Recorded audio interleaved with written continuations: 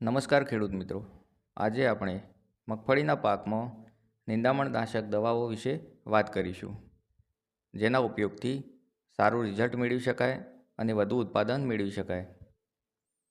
કપાસ અને મગફળીના પાકમાં જ્યારે પાક 10થી 30 દિવસનો થાય ત્યારે નિંદામણ પૂરી અવસ્થામાં ઉગી ગયેલ હોય છે.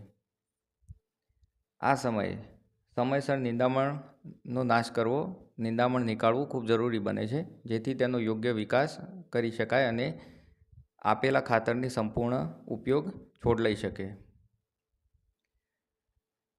કપાસના અને મગફળીના પાકમાં નિંદામણનાશક દવા તરીકે અસરકારક, ઉપયોગી અને સારું રિઝલ્ટ મેળવી શકાય એ માટે કિઝાલોફોપ ઇથાઇલ એ 25 ml 15 લીટર પાણીમાં મિશ્ર કરી આ સમયે છંટકાવ કરવો જોઈએ, જેથી સારું રિઝલ્ટ મેળવી શકાય. હવે દવા છંટકાવ કરતી વખતે છોડને નુકસાન ન થાય એ રીતે, તેમજ જમીનમાં એ સમયે ભેજ હોવો ખૂબ જરૂરી છે, જેથી દવાનું સારું રિઝલ્ટ મેળવી શકાય. આ ઉપરાંત વધુ સારું રિઝલ્ટ મેળવવા માટે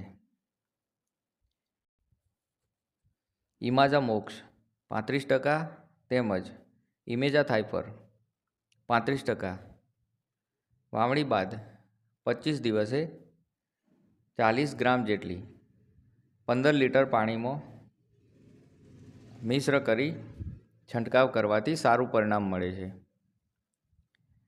આ દવાનો છંટકાવ કરતી વખતે જમીનમાં ભેજ હોવો ખૂબ જરૂરી બને છે, તેમજ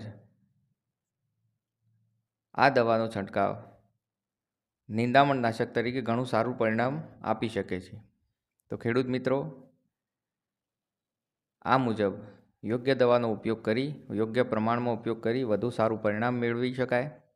અને વધુ માહિતી માટે અમારી ચેનલ સાથે જોડાયેલા રહો. લાઇક કરો, સબસ્ક્રાઈબ કરો તેમજ શેર કરો. આ ઉપરાંત તમે કોઈ દવાનો ઉપયોગ કરવા માગતા હોય અને એના ઉપયોગની માહિતી વિશે જાણકારી મેળવવા માટે અમને કમેન્ટ બોક્સમાં જરૂર જણાવો. લાઇક કરો, સબસ્ક્રાઈબ કરો તેમજ શેર કરો. આભાર. Thank you.